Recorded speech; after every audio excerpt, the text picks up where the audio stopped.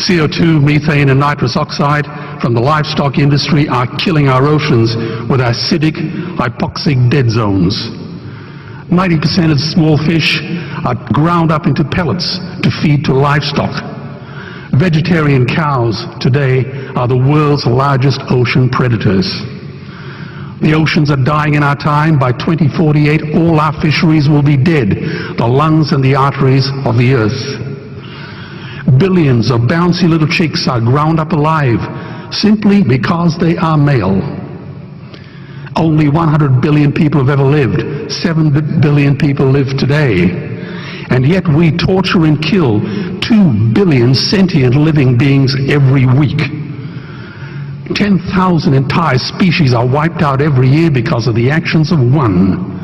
And we are now facing the 6th mass extinction in cosmological history. If any other organism did this, a biologist would call them a virus. It is a crime against humanity of unimaginable proportions. But happily, the world is changing. 10 years ago, Twitter was a bird sound. www was a stuck keyboard. Cloud was in the sky. 4G was a parking space. Google was a baby's burp. Skype was a typo. And Al-Qaeda was my plumber. Victor Hugo said, "There is nothing more powerful than an idea whose time has come." Well, animal rights today is now the greatest social justice issue since the abolition of slavery. Do you know there are over 600 million vegetarians in this world? And that is bigger than the United States, England, France, Germany, Spain, Italy, Canada, Australia, New Zealand, all put together. If we were one nation, we would be bigger than the 27 nations of the European Union. Can you believe that? And despite this massive demographic footprint, we are still drowned out by the raucous hunt and shoot and killing cartels who believe that violence is the answer when it should not even be a question. Meat kills animals, kills us, and is killing our economies. Medicare has already bankrupted the United States. They will need $8 trillion invested in treasury bills just to pay the interest, and they have precisely zero. They could shut down every school, Army, Navy, Air Force, Homeland Security, Marines, CIA, and FBI, and they still will not have the money to pay their doctor bills. And our Cornell and Harvard say that the optimum amount of meat in a healthy human diet is precisely zero. Water, as you know, is the new oil. Nations will soon be going to war for it. Underground aquifers that took millions of years to fill are now running dry. It takes 50,000 liters of precious drinking water to make 1 kilo of beef.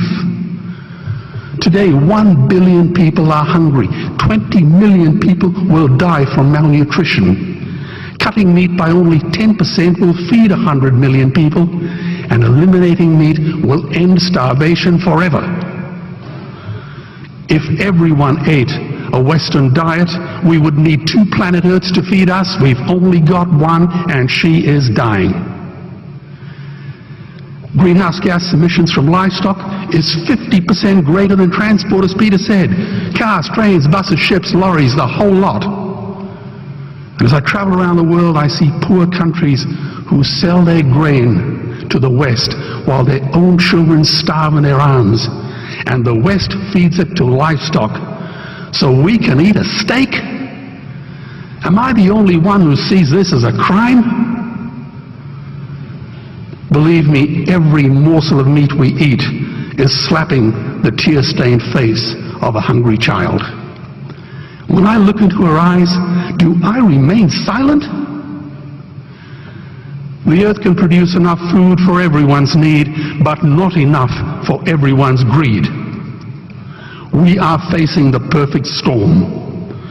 If any nation had developed weapons that could wreak such havoc on the planet, we would launch a preemptive military strike and bomb it back into the Bronze Age. But it's not a rogue state. It's an industry. The good news is we don't have to bomb it. We can just stop buying it. Sir George Bush was wrong. The axis of evil does not run through Iraq, Iran, or North Korea. It runs through our dining tables. Weapons of mass destruction are our knives and forks. Our proposition is the Swiss Army knife of the future. It solves our environmental, water, human health problems and ends cruelty forever. The Stone Age didn't end because we ran out of stones. This cruel, disgusting industry will end because we run out of excuses. Meat is like the 1 and 2 cent coins. It costs more to make than it's worth. And I come from the bush. Farmers are the ones with the most to gain. Farming won't end, it would boom. Only the product line will change. Farmers would make so much money they won't even bother counting it, and I'd be the first to applaud them. Governments would love us. New industries would emerge and flourish. Health insurance premiums would plummet. Hospital waiting lists would disappear. Hell, we'd be so healthy, we'd have to shoot someone just to start a cemetery. So tonight I have 2 challenges for the opposition. 2 challenges. Meat causes a wide range of cancers and heart disease. Would they name one disease caused by a vegetarian diet? And 2, I'm funding the Earthlings trilogy. If the opposition is so sure of their ground, I challenge them to send a copy of the Earthlings DVD to all their colleagues and all their customers. Go on, I dare you.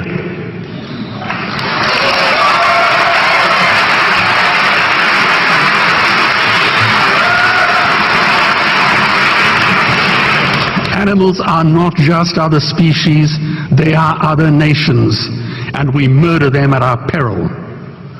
The peace map is drawn on a menu. Peace is not just the absence of war, it is the presence of justice. Justice must be blind to race, color, religion, or species. If she's not blind, she will be a weapon of terror. And tonight, there is unimaginable terror in those ghastly Guantanamos we call factory farms or slaughterhouses. Believe me, if slaughterhouses had glass walls, we wouldn't be having this debate tonight. You see, I believe another world is possible. And on a quiet night, I can hear her breathing. Let's get animals off the menu and out of these torture chambers. Please vote tonight for those who have no voice. Thank you.